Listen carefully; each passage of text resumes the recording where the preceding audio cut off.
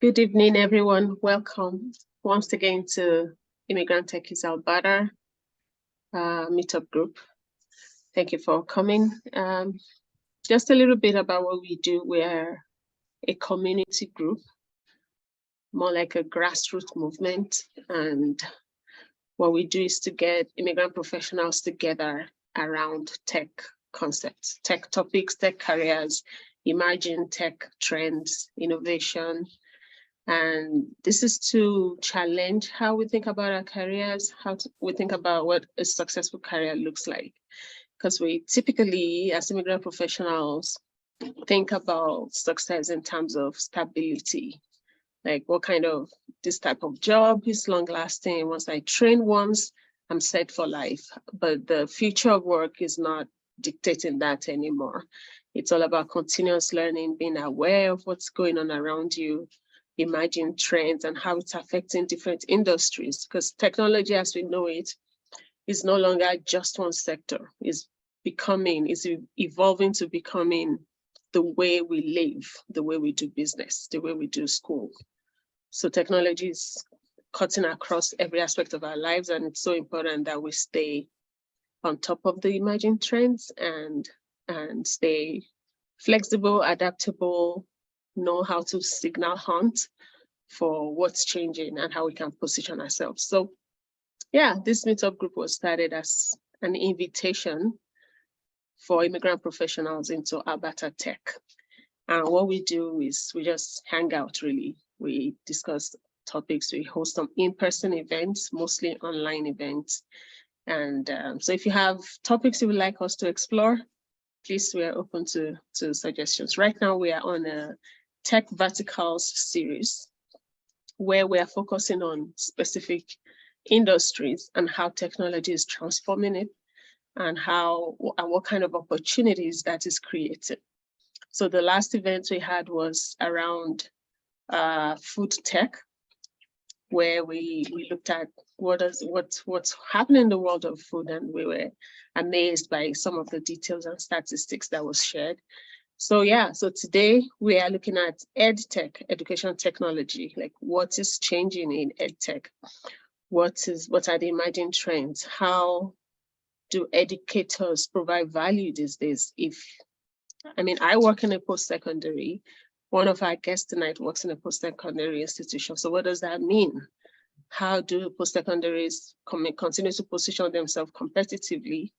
If there are opportunities to learn something online, why should people go to pay thousands of dollars for it? So these are all the things that are changing, how service is being delivered, how we are learning, how education is being presented, and what that means for our careers. Like what does ChatGPT, for example, mean for an educator?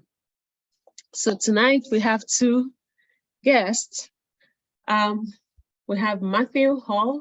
He doesn't have his last name there. And Matthew is a senior educational strategist senior educational consultant from Curio. And we have Suhayl Patel. Patel is Associate Dean Innovation from Bow Valley College. Welcome to the virtual floor, gentlemen. Cool. Thank you very much, Wumi. So I'm just going to spotlight both of you. Or who's going to be sharing the screen? Is it? I'll share my screen, and I think we're both going to talk. All right. And look, everyone who's here, thank you very much for coming. We really want this to be an interactive session. There's a big Miro board activity to do. We jump in at any time you have questions. Me and Suhayl much rather have a conversation with you than be the two up in the room talking the whole time. I think we do have a few slides to run through just to give you a bit of background. I think the first thing we wanted to do, I'll just open this up and make sure I'm sharing the right things. Okay, so you should be able to see those slides coming through now. Look, the first thing we wanted to do, and I think one of the most important things that I learned in my own transition into EdTech and technology consulting into education, was that the story you tell matters. And so both myself and Suhayl have non-traditional stories. We didn't, go to university to become, EdTech leaders or even education leaders in that respect. So we thought we would start just by sharing our stories in the hopes that we can get you to share yours later, and that can kind of lead us on this journey we're going to take later on. Suhayl, do you want to lead us off?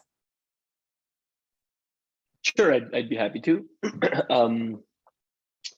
Well, Mia, again, thank you so much for allowing myself and, obviously, maybe I'll speak on behalf of Matt as well, like just allowing us the opportunity to sort of share our story and sort of, maybe contribute to, this community, in an area that, where I'm not going to say I'm an expert, but, I think this is something where we are really paying close attention. So my story is, I would say, I studied in university. I have a math degree, and then I taught at a private school before I got my ed degree, and I realized, hey, teaching is actually not a bad gig. It's pretty cool, right?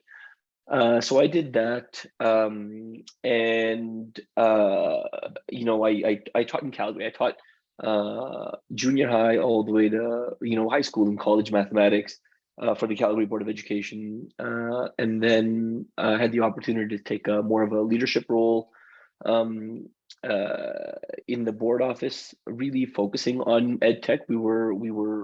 I was a senior education specialist in the learning innovation department. Did a lot of really cool work there, working alongside leaders, alongside teachers, and the focus was primarily how do we create better learning experiences using technology. And then something interesting happened. I was offered a role with Apple, and I was a development executive. Did a lot of work with school boards, post-secondary institutions all across, Canada. Did a little bit of work in the States as well. Did that for a number of years. Again, same idea, really focused on tech, and not tech for the sake of tech, but really tech for the sake of, impacting the lives of learners. And then, this really amazing opportunity at Bow Valley College showed up, where I was initially, my portfolio was the School of Continuing Education, and then it transitioned to continuing education and basically the curriculum product development area. And then I sort of lost the product development. I lost the Con Ed, and I focused on short form alternate credentials, along with sort of bolstering our product development. And this is also, again, where EdTech plays a really critical role, because we support the pedagogical sort of aspect of the EdTech or the educational aspect of tech. And I've been here for over 3 years, and I have to admit I've been really enjoying it. So that's sort of my story. Matt, I'll pass it on to you. Okay, so I've got a similarly circuitous journey into my present role. So I don't tell anyone this, but I started off my career in engineering, and then quickly went, this is not for me. Ended up getting an English degree, of all things, and everyone's like, what are you going to do with that? And I was at that point young and very stupid and said, I'm going to be a writer. And so I decided to pursue that for a number of years, and I ended up getting a PhD and writing a bunch of books. Yes, Vinny's laughing. He knows what the outcome of this is. I ended up having to get a real job. So look, I've taught at universities, both in Australia, where I've spent the last decade, nearly maybe 15 years, in Europe, in Canada. And when I was at my former university, maybe like in a bit opposition to Suhayl, I didn't ever want to be a teacher. And it wasn't until I got into the classroom and I was really impacted by kind of how I was engaging with the students and the experience I was trying to deliver for them, that it really started shifting my mindset. And my research moved from literature into teaching and learning. And then I got really into design. And like, I mean, like full on into design. So I was applying all these design methodologies to my classrooms, and they were getting really, really weird. And I was winning teaching awards and innovation awards and things like that. And I kept pushing the universities, like, where's my funding? You know, where's my funding to do more research in this area? And they kept knocking me back.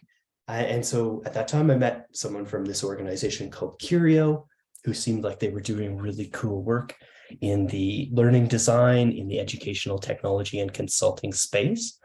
And they convinced me slowly that I could do some of that experimentation there. And so about 4 years ago, I joined Curio as employee number 5. And I think we're tipping just over 200 now. So we've kind of grown from Melbourne, Australia to a global presence with offices in the UK, in Asia, throughout Australia, and now in Calgary. Off the back of that, and internally, I've been supported to kind of pursue my own lines of work. So some of that's design, some of that's consulting. I also co-founded an EdTech product, which we sell on the side. And so I've kind of had the ability to run the gamut. And I don't think our stories are untraditional within this realm, Suhayl. I think that's kind of one of the real lifebloods of it, is that everyone comes from a different perspective and a different experience. I have people on my team who have PhDs in philosophy. I have others who never read and like just love to code. And we do equal amounts of work, and kind of our combined strengths create something bigger. Anyway, so we wanted to really start out there just to say there is no kind of unilateral or single path into EdTech or into education technologies. And we want to open that up for you all later on. So I'm going to just jump through some slides quickly, give you the breakdown. I know we wanted to talk about trends, but we'll just kind of maybe give you a reasonable working definition. So what is EdTech? So I'm going to focus more on the EdTech stuff. Probably Suhayl and myself will both speak to that, as well as the kind of impact that technology has had on education. Okay, so EdTech is just the combination of IT tools and educational practices aimed at facilitating or enhancing learning. Now, we take that notion of facilitation back to, I'm not going to get all literary on you, but the French root word, to make it facile, right? To make it easy. How can we make learning easier? And how, I think, at the heart of a human-centered design, learning-centered, a student-centered design is, how can we enhance the student experience? If we can build all the tech in the world, like Suhayl was saying, tech for tech's sake doesn't help anyone. If you are delivering for the student, that's when you're going to get traction. And what we've seen is not only during the pandemic, where online learning exploded exponentially, but in the decades before that, EdTech is one of those markets which is growing at incredible rates. So it's 40 times larger at present than it was in 2010. And it's expected to be $605 billion market by 2027. Suhayl, do you want to kind of contextualize some of that? Yeah. So I think you sort of hit it right on the head. The real purpose, right, or is around making the learning easier, making the learning sort of more engaging. We have some slides here, later on that'll sort of get into, well, what does that actually look like? Just in terms of numbers, in terms of the sheer size or the volume of this market, Canada is about 2% of the entire number. I mean, for such a small population, we invest quite heavily in EdTech as a whole, right? There are massive budgets for making sure that our learners are not only sort of prepared to enter, the workforce, using technology and using it well, but then also using it to make the learning, that much better. We're just going to jump to the next slide here. And so HolonIQ is a major player in terms of synthesizing all of the data around EdTech and investment in education. So if you're ever looking for that data to kind of reinforce a reason you might head into EdTech, they're a really good place to start. Look, I've just popped this up just to give you a bit of an insight into the range of EdTech experiences that are out there, and to really, just because Suhayl and myself dominantly work in that higher ed space, to say that there is EdTech's involved in everywhere, in the leadership space, in workforce, in corporate learning. Obviously ChatGTP, and how do you assess if someone is using ChatGTP in your classroom? Those kind of proctoring technologies have grown, alongside the supposed threat of tools like ChatGTP. But then there's also, like, on the really sexy end, there's the AR VR stuff. Suhayl, you do much more in that kind of AR VR space than I do. Do you want to speak to what Bow Valley's doing there? Yeah, so like we're maybe the word is like bullish around AR VR. So we've had actually for the last couple of years some really interesting simulation using VR, especially for our nursing students. I think one of the examples that we have is just measuring someone's, I think it's like a heartbeat or something, where instead of having a patient, and you obviously don't have access to patients, so using the technology, using VR, being able to sort of pretend like you have someone in front of you, and measuring certain sort of things within their body, and then assessing them on that. Are they doing it right? Are they positioning things correctly? Are they reading it right? And so on and so forth. The other thing I'll note, actually, especially maybe on this slide specifically, is if you look at the workforce and skills size, I mean, this is not an entire picture, but this is actually quite, I want to say, representative of what's happening. There is a significant sort of focus in two areas predominantly. Number one is workforce, right, and skills. Like, the world is changing super fast, and a lot of these ed tech companies are looking for ways to help sort of build workforce capital, or workforce skills. For example, in the workforce skills, third line from the bottom is section 4. I've taken a number of courses, actually. It's almost like a mini MBA. They offer these really cool courses, and I find their sort of approach novel. They have leading instructors from different places, whether it's post-secondaries or whether it's industry itself. The other place is digital content. Like, content is everywhere, and everyone's trying to create more and more content to publish so people can consume, whether it's for personal use, but in this case, it's more for sort of educational use. And so those are two really critical areas that are growing significantly. A new one in the game is like assessment and credentialing. One of the biggest sort of trends right now, we have these macro certifications. You can call them diplomas, you can call them degrees, and so forth, but there are other kinds of credentials that are now popping up, and they've been sort of all the buzz, and they are micro credentials. So short form, whatever short means, credentials that allow you to sort of continue to stack on top. Think of the Amazon or the Microsoft certifications that exist in the technologies. Like, those are really starting to percolate, and they're generating a lot of buzz as well, and a lot of traction, to be honest. Yeah. Okay.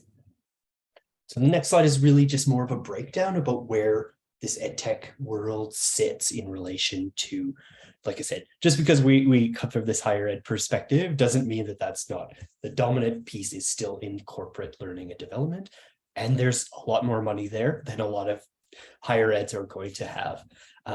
What we see is there's a lot of opportunity, both myself and Suhayl thinking about how we came into this space, but also how people are coming into this space who have, let's say, a background in teaching, or an education degree. Maybe they didn't ever want to teach, but they wanted to learn about pedagogy and the manner in which humans learn.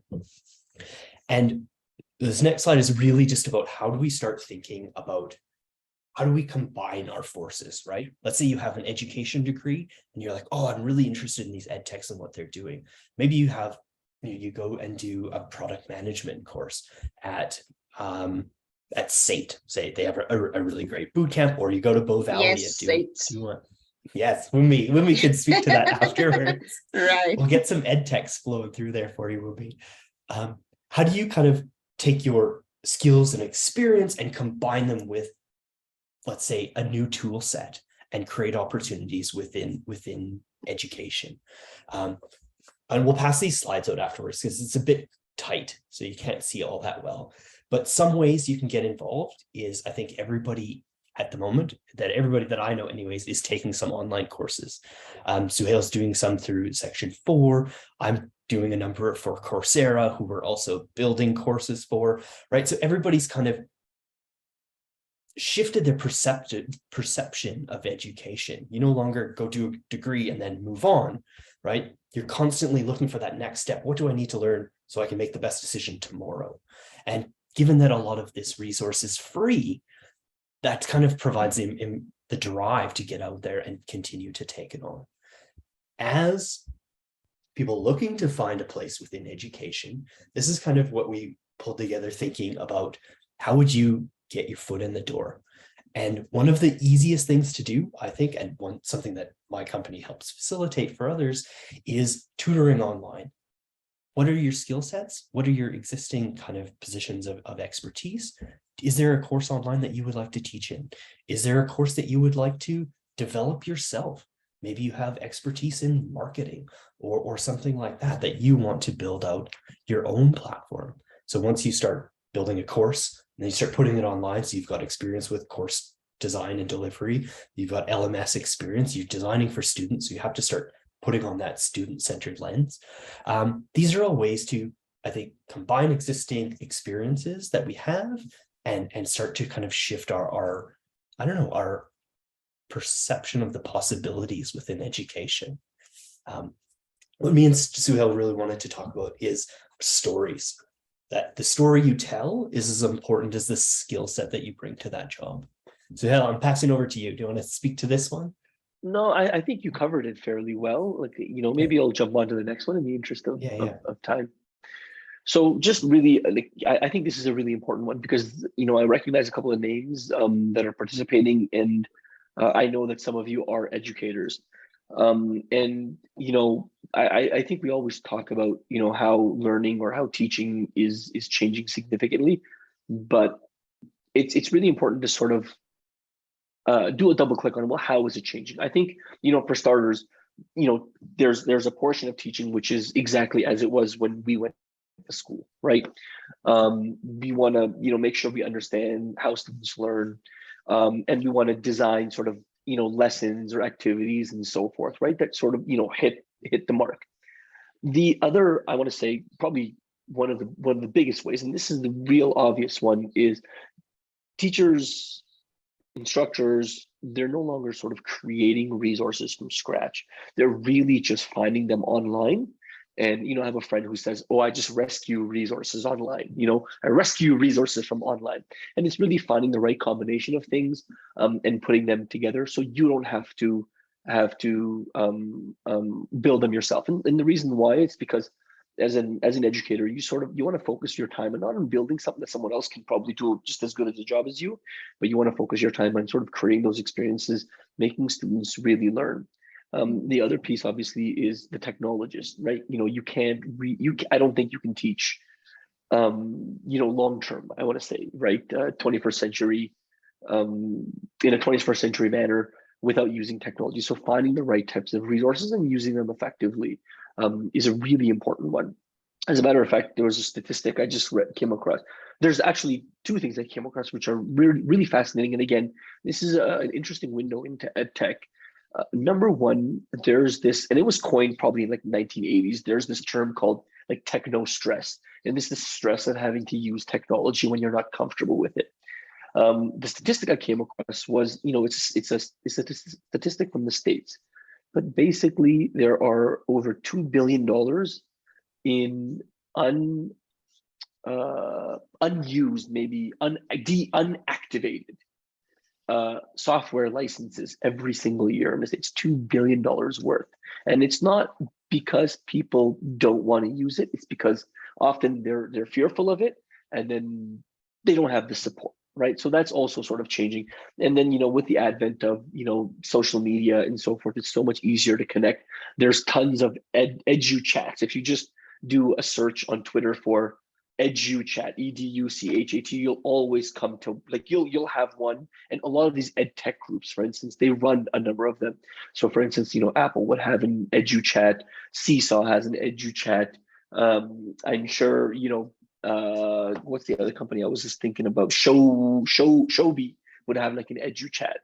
And so those are a couple of things. And then, the one that's obvious is Scholar, steeped in research.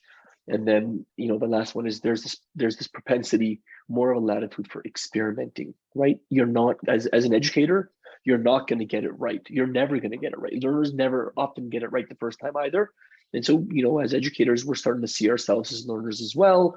And, trying to experiment with things that we think might work. And if they don't, we sort of, pivot, or we find a way to either make it work, or we just say, hey, this is not going to work and let's move on to something else. But now I know what doesn't work. And for me, I think, Suhayl, that was one of the most freeing aspects of getting into design, was realizing that I didn't have to be right all the time in front of for standing up in front of the class, which is a nervous situation anyways. But it was actually about giving them an experience and ensuring that they were driving the learning, and it wasn't me up there kind of being the tell-all and the single point of knowledge in the classroom. And I think that shift between who's at the center of a classroom, is it the professor or is it the students? That's been the biggest shift that I've seen in the last few years. So we've got just one more slide and then we'll jump into an activity so that we don't put you all to sleep. So it's not me and Suhayl at the center of this room. But we just wanted to get you thinking about the different roles. So this is a higher ed jobs and then EdTech jobs. So where does the combination of your experience and your interests lie? Maybe you have a background in marketing, and you're ready to get into tech. You're kind of like, oh, I'm maybe studying a bit of education. Maybe that's an area I want to explore. I think what we've seen both I think this EdTech realm is all brand new, but the higher ed providers, that's where a lot of kind of really interesting technology jobs have sprung up, and certainly where I got my start. So I started as a learning designer and then moved into consulting. But there is tons and tons of jobs there. And Suhayl, do you want to unpack some that you're kind of the trends, the jobs that are most in vogue or in demand at the moment? Yeah. So I think,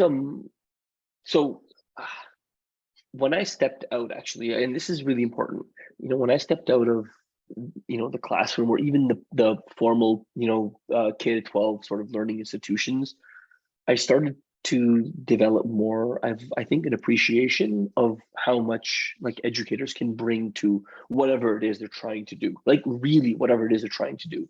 There's a massive skill set that is not just, teaching students and, making sure that, they're not hanging off, the ceiling, or making sure that, the lesson is covered and the objectives are met and the assessments are marked.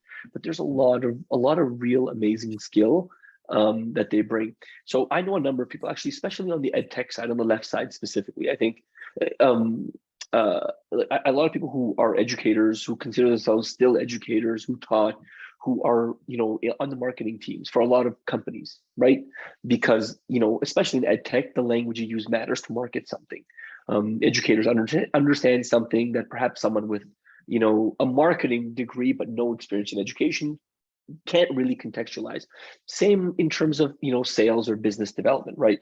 You think about what a teacher does really well. A teacher asks, learns about people, sales and business development people. They do that, right? In the EdTech space, you think about they're great at asking questions.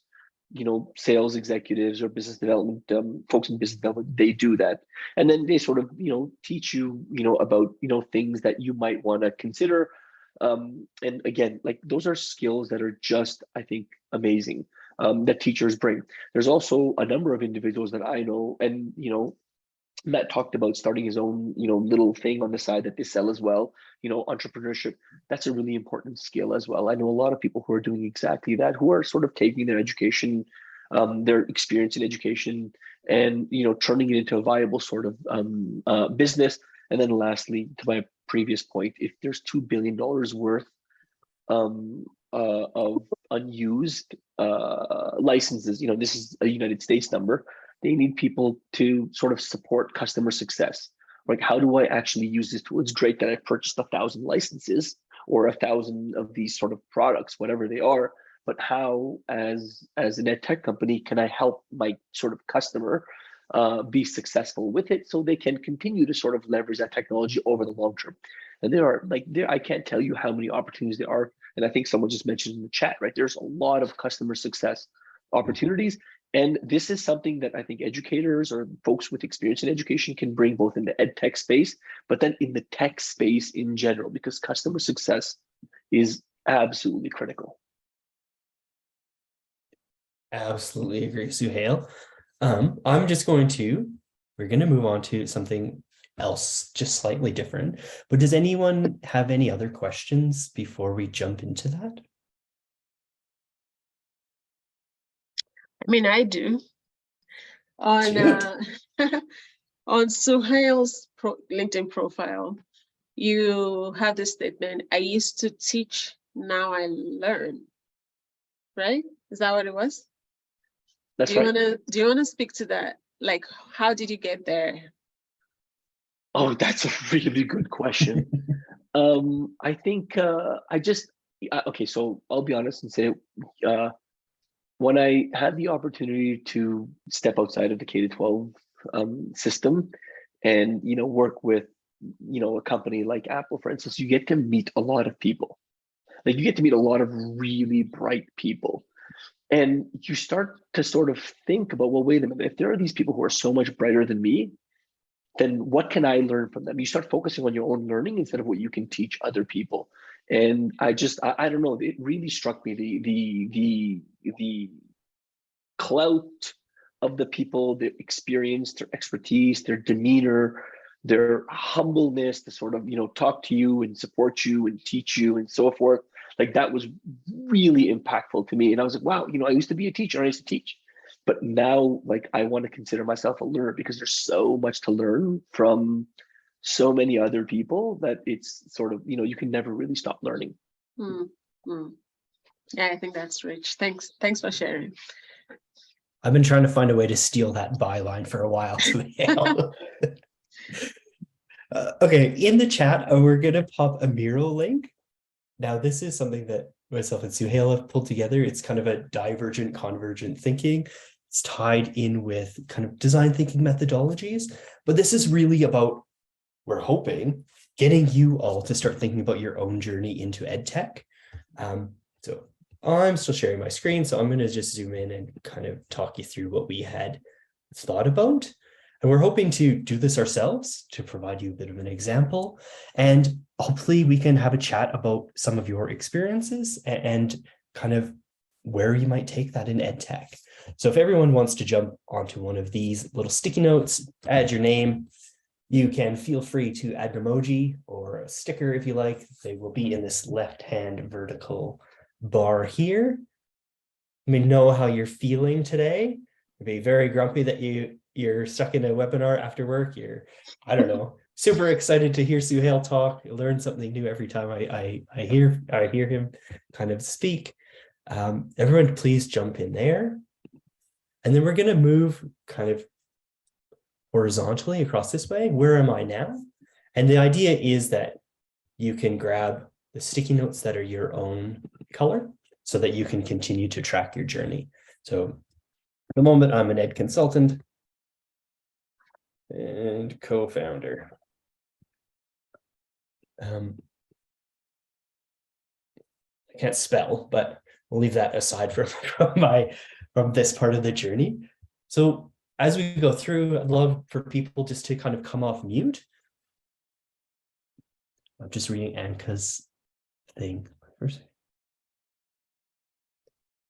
No worry, Anka. I think we all get that. Single parenting or parenting at any resort is constantly puts you constantly under the pump. We'd still like you to, we can send out this link afterwards. And if you want to follow up on the Miro board and just work through this process, we'd be really happy to kind of spend some time working on that with you or talking through it with you. So here we're going, where am I now? So we're going to start to diverge from there. Think about, where's my experience? How could I combine that to do something new and something interesting? What excites me about these roles? you all, took your free time tonight to come here and explore EdTech a little more. Why? What's intriguing about it? What's the impact that you want to make? And I think once we start to think about impact and impact on students and impact on learners, that's when we can start to really create something interesting. So we want to really start thinking widely as we diverge, and then we'll start to converge later on. And maybe this is where we'll pick up, we'll give it 5 or 8 minutes. And once everyone gets to this next step stage, maybe we can have a conversation and talk through a few people's journeys.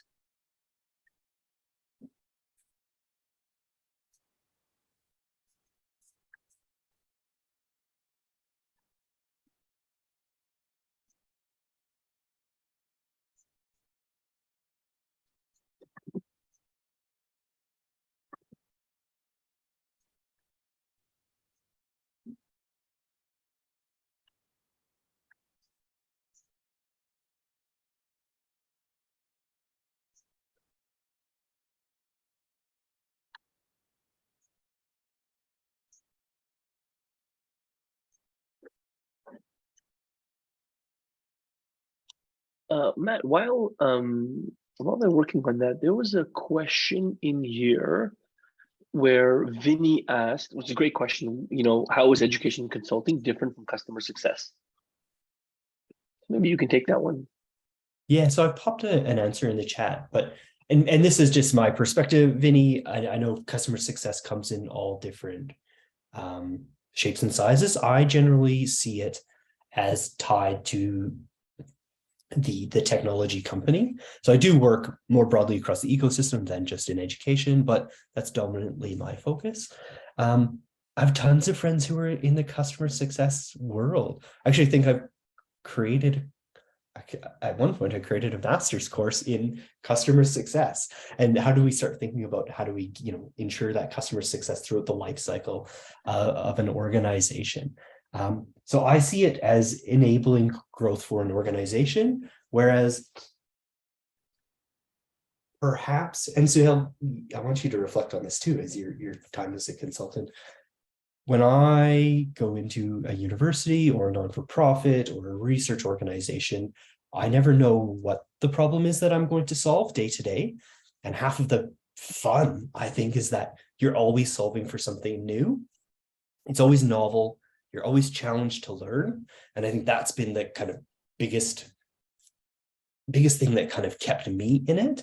And it's, you ask 100 questions to come up with one answer, right? And I think, like Suhayl said, before I used to speak, teach, and now I learn. Before I used to probably talk too much in front of a classroom until I learned to just ask questions.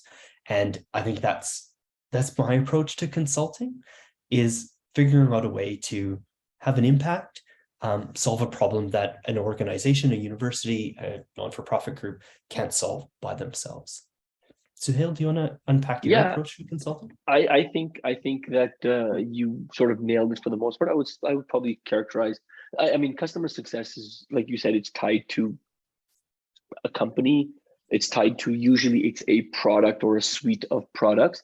And, the primary focus is, well, how do you go and make the most out of whatever you've invested in? Consulting, on the other hand, is, go in there, and if there's a problem, now you got to figure out whether that's actually the right problem.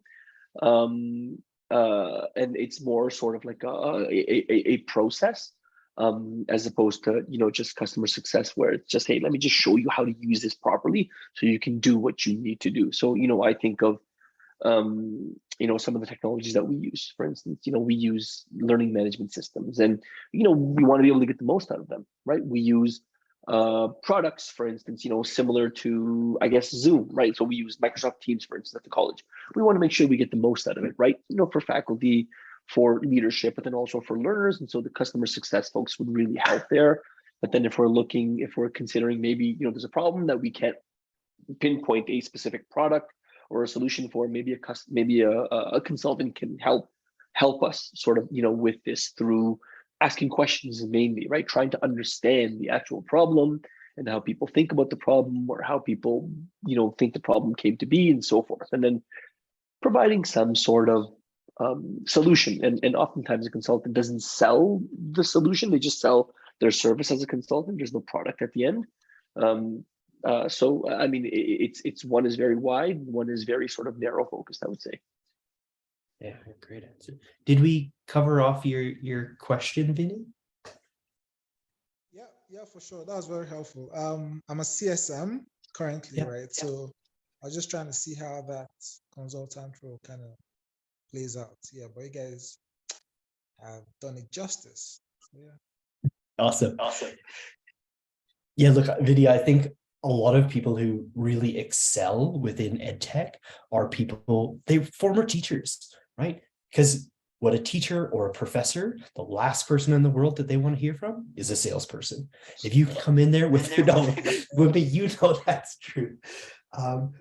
I think if you can come in there and talk their language, kind of empathize with them, understand, look, I know you don't want to be sold to, you want to find a solution to this problem. Why is it taking 20 hours to mark the student paper when it could take 2? Like, if you can point them towards a solution, you'll do exceptionally well. For sure. Nancy has a question in the chat. Okay. Nancy, I think, and Suhayl, jump in on this one too. Nancy's asking, for EdTech consulting, where do you think the best place is to start?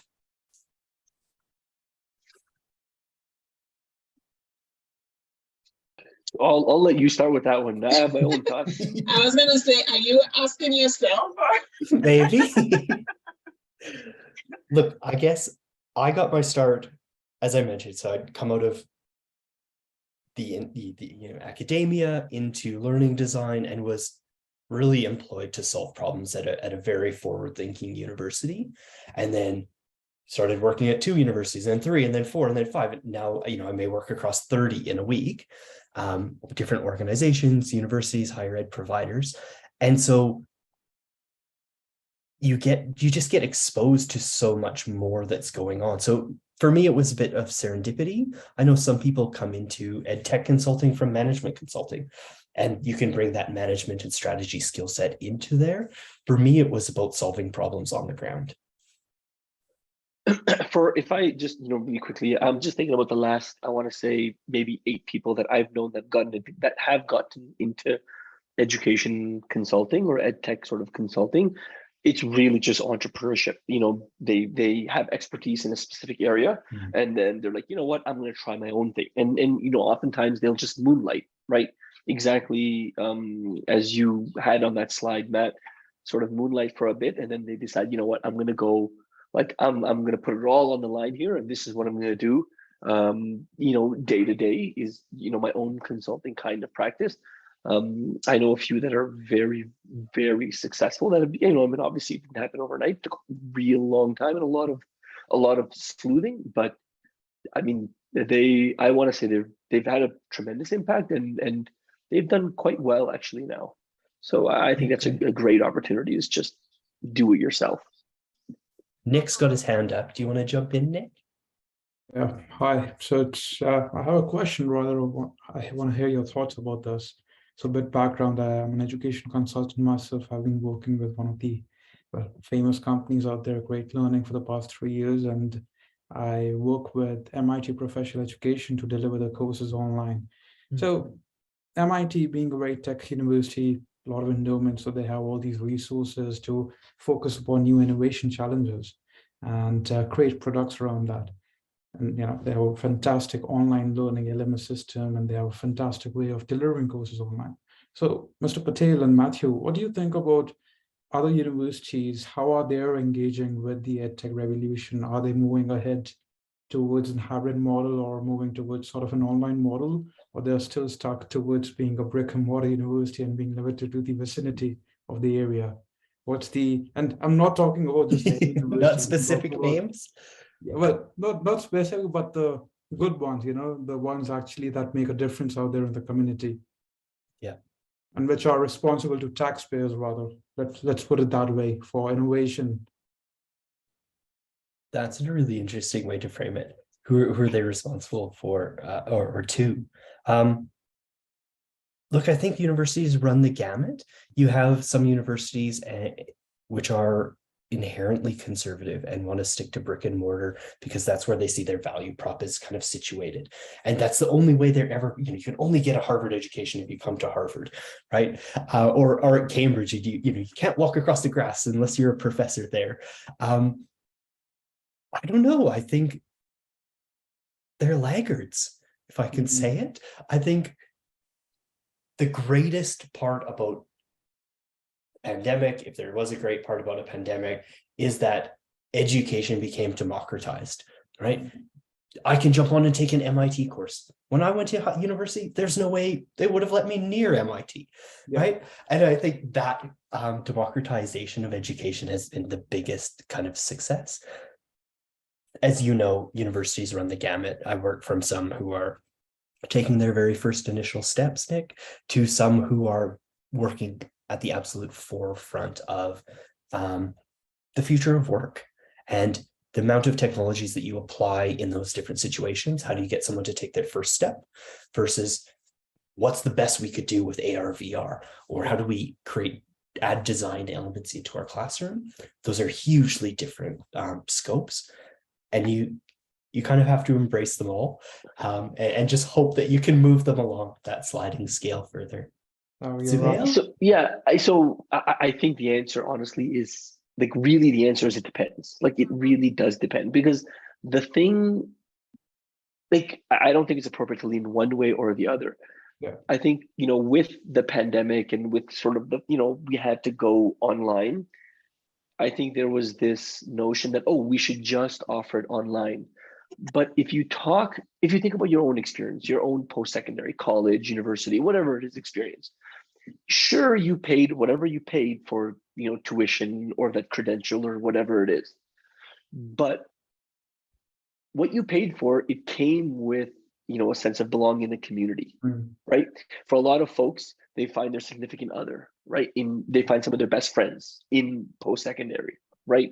So if you're offloading some of that community building and that relationship building to a remote environment, you might have a problem because like we know it's not the same as a face-to-face interaction. That being said, I think there's an opportunity to do a bit of both, right? What are the things that we can sort of offload to the technology if online courses and democratized content everywhere? You don't need an instructor maybe to stand in front of the room and give you a lecture on something perhaps that you can find on LinkedIn Learning, right? With a expert in that field. But what can the instructor do? Well, maybe the instructor uses, some of that time to instead of lecture, maybe work with students, build relationships with students, really help them build on the skills that they need to succeed. Doesn't have to be 100% in a brick and mortar environment. No, do the online learning and then come to class, on a different day and say, hey, we're going to solve this problem together. So I don't think it's not, I really don't believe it's a one size fits all. I don't think that just because, it's available, it should be the only sort of, hybrid learning or online learning. If just because it's available doesn't mean it's the only sort of tool that you use, right? Like we got to be able to mix it up because the sense of community and the relationship building, whether it's between the students or whether it's between instructor and learners, is like extremely important, especially nowadays. Exactly. And, that is why I was always interested about people who go for these online programs. But what is the completion rate? Right. And that the figure was astonishing to me. I don't want to take names over here, but the leading companies don't even have like 10% completion rate of people signing up. And there are certain companies who are doing really well and having about 90% completion rate just because they are able to have the technology. But like both of you mentioned, the human aspect linked as well. Once you have that, it's a collaboration. 100%, but I'll also add, right? Like if you really double click on why isn't there a completion rate, I'm pretty confident I can say who I can think I can put at least two names out there, right? In terms of like who you're talking. I think we all know.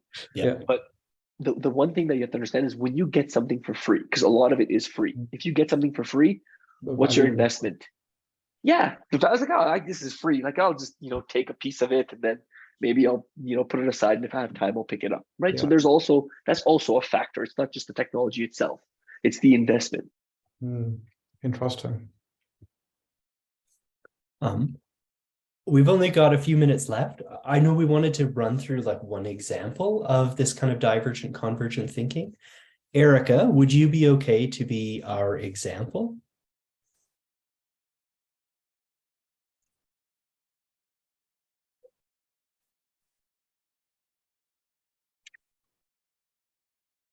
Are you there? Oh, yes, sure. Yeah, go ahead. I was doing something else. Would you be okay to be the example? Would you like Yeah. to talk about kind of where you are now as a writer and editor for micro-credentials? Oh, sure. I didn't know I was required to talk. But You're not. We want it to be interactive. Sure. I'm not sure what people want to know. Maybe you guys can sort of guide me. Yeah, of course. Okay, so if you were working on micro-credentials now, you obviously know about course design, some aspects of learning design, LMSs, could be on the development side as well. Where do you see your next step? Or what other skill set do you think you can kind of add to this experience to kind of take you further into EdTech? So right now I'm kind of exploring learning a little bit of coding. Okay. Because I'll probably be able to sort of expand my I guess abilities to like edit courses. We do work with a formatter on our team, but sometimes I see it as being advantageous to kind of go in the LMS and edit some things with HTML. So Yeah. that's kind of where I'm heading. And I've also got an interest in like I'm a technical writer by trade. This isn't technically a technical documentation job I'm in, but I still have an interest. So I'm learning about like documenting APIs. So all this sort of learning a little bit of coding and stuff. It's kind of my forte now. Yeah, great. And look, there's so many small institutions who may have like a team who's writing content, a team who's doing learning design, but they don't have a developer team. So the learning designer has to step in and write the code. Our organization doesn't work in that way when we develop courses for universities, but we've certainly been exposed to a number that do. What about at Bow Valley, Suhayl? We have those who are. Actually, we have three teams, to be honest with you. We have the team that really focus on the learning and the content and stuff like that. We have a team that focuses on the assessment component because that is the most important component to us, and I think to industry as well, is making sure that these people actually have the skills, and so that means the assessments have to be really good. And then we have the folks that are on the technical side. So we have coders, multimedia specialists who make amazing videos, but then also can use code to package the stuff up so it presents really, really well. That's how sort of, I want to say, that's how we do it. And then we have the copyright folks and so on and so forth. Yeah. Mhm. Yeah, Yeah, I mean, something I know for sure that people are really interested in, especially if you are a mid-career professional, that you're looking to do more with your career, you want to pivot to tech or find a way to moonlight, then it's interesting to see how you can use all the experience you have in a particular subject matter and then turn that to some kind of coaching or consulting moonlight business. So like side gig. I'm sure folks are very curious about that. Anyone wants to speak a little more to that?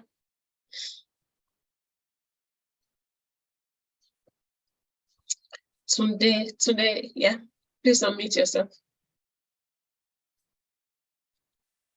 Thank you very much. Hi, Wumi. Hi. So for me, I think it's okay. I'm currently a product manager, I have about 10 years of product management under my belt. I think I've worked within hardware, from hardware to software, to solutions architecture, design, and the likes. But at the core itself, I'm still primarily a product manager. And for me, this is my first, in between all the tech I've worked with, this is my first go at first session about EdTech. And for me, part of what I've also realized is that there is a lot of gap in the knowledge of, especially, for a lot of people that just turn into product now. If you've not, most people don't have more than 5 years or 7 years maximum of kind of experience underneath them, and sometimes it's not even, it's not. So I would love to teach. I would love to transition, share some of the knowledge I've gained over the last 10 years plus, to be able to do that, to show people, to at least to guide people appropriately. Maybe not mentorship, but maybe teach some of what I've learned, but also in the process also use that to have access to people that can even learn a lot more from. So and then I think so it's a balance of it's a balance of, but okay, you have 10 years of experience. Can you teach that? Can you share that knowledge, what you've been able to practice with industry best practices, how it has evolved over time? And now that everybody's talking about products, it seems to be in vogue. But the truth is that it's been around for years now, and most people did not get to understand what it really does until of recent. So how do we do that? How do we dive? How do I create content? How do I do that? Teach people part of what we are, transfer knowledge, not just transfer knowledge, and then we also be able to acquire some in the process as well. Yeah, so definitely that's not something we can exhaust in this meeting because this is just 1 hour. But I like that this is sparking thoughts in people. Like, what can I do with what I already have? How can I add value in this way? And I like something that I can't remember which of you guys said that. That when you said, is learning now, who is the center of learning? Is it the instructor or the student? So that's a really different approach. And it's no longer about one person knowing something and just dishing the knowledge out. It's about creating experiences. Because when it comes to the knowledge, just one question, one prompt to ChatGPT, you probably will get everything you want to know, if that's all you care about. But it's the experience itself that enriches, that makes it practicable, and then you can apply it to situations. So let's just have that at the back of our minds, that we are no longer in the information age. Information is more easily accessible now. So it's about, when you think about what can I pass along, think about what experience can I create around it for people, because that's where the value is now. Yeah, great. Look, Tunde, I think. Do you want to stop sharing, Matthew? I can do, yeah. No, we don't need it. I will pop both mine and Suhayl's LinkedIn's in the chat. Hopefully those come through. Yes. Suhayl's did, mine didn't. But yeah, feel free to grab it. It's on the the LinkedIn invite that when we put out before. Tunde, I think even within Calgary, I can think of 3 organizations that are looking for people with your knowledge and your skill set to help train younger product developers, product managers, product strategists. There is tons of need for someone with your experience, and to do that in an online way where you're helping facilitate a course, or to help build those courses. I know, does Bull Valley have a product course at the moment, Suhayl? Yeah, a product owner course. Okay, and SAIT obviously has Wahumi. New Idea Machine would be another place that springs to mind right away, where they have people who want to learn those skill sets, but they don't have anyone to provide that mentorship. And so that would increase your exposure to tech, would get you in that kind of teaching, leading, mentor role, and provide some really interesting networking and kind of community building opportunities, I think. Okay, wow. Thank you so much, Matthew and Suhayl. Really appreciate it. This is really engaging. I enjoyed it myself. I didn't even know that we're running that fast on time. So if everyone else, if you want to share your LinkedIn profile as well, so that you create opportunities for people to connect with each other.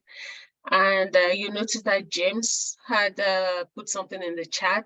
It's the membership form for Immigrant Tech is Alberta. If you want to be the first to know the next time we have an event or anything, or in any news that we want to share. So please fill that form and then we'll have your contact. So one more thing before we go, I would like everybody in the chat to write a statement. So it's, I came in thinking dash, and I am leaving thinking this. So what did you come into this event thinking about EdTech, and what are you leaving thinking? Can we like do that right now? I'll give, like, we have a few minutes to do that.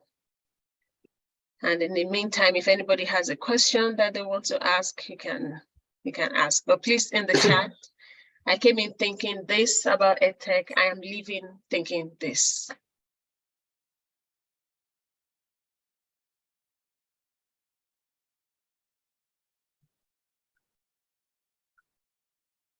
Nancy, yeah, Nancy, can unmute yourself.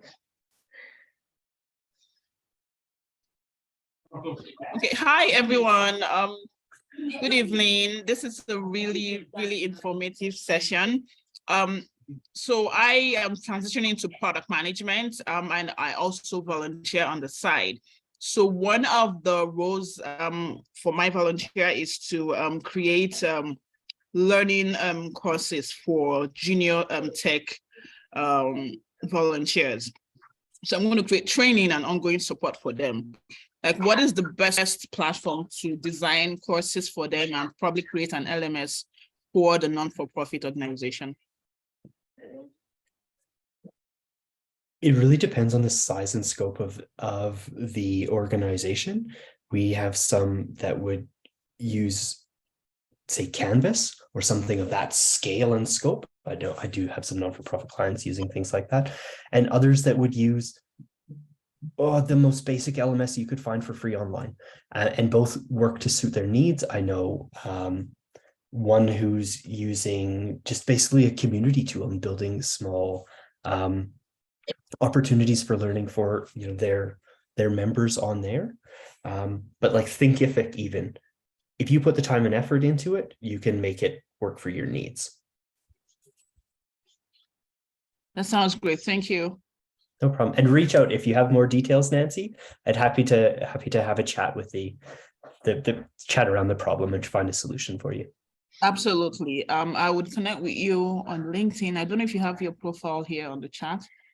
I will pop it in again. Okay. Thank you. And there's so many LMS platforms you can explore. They have their pros and cons. There's Thinkific, Kajabi, Maven, like there's a ton of them. So you might have to research each of them and see which of them meets your needs the most. Okay, yes, I'm loving this. I came in thinking stuff. I came in thinking EdTech, about EdTech with a narrow focus surrounding, and now I came in learning that the scope encompasses more. Well, thank you so much, everybody. I'm going to leave the room open for another 10 minutes-ish. If you want to hang around, Matthew, Suhayl, that's Absolutely. fine. If not, that's fine as well. We know you've already given us your evening, your dinner time, so totally appreciate. We're just going to leave the room open for more conversation. Okay. Cool. Thank you again for the invitation, Wumi. It's been super lovely, and Suhayl, as always. Thank you so much. Thank you for co-opting Suhayl into this and for graciously accepting.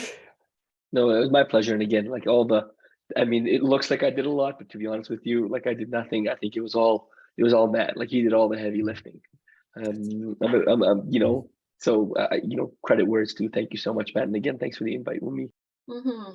You're very welcome. And please, if anybody has remaining questions, reach out on LinkedIn. I'm umbilically connected to a computer. Anka sounds like you've got lots going on. If you ever want to chat through it, please let me know. Nick, let's grab a coffee, virtual or otherwise, soon. Love to hear more about the work you're doing. Perfect. Let's do that. Yeah, let's plan a Yeah. meetup. Awesome. I've got a small child. I have to run to guitar lessons, so I'm going to jump out. For sure. But everybody else, have a really wonderful night. All right. Thank you Right. so much, Matthew. Bye bye. Bye. Bye, Suhayl. Bye for now. Bye everyone. Okay, I'm going to stop the recording.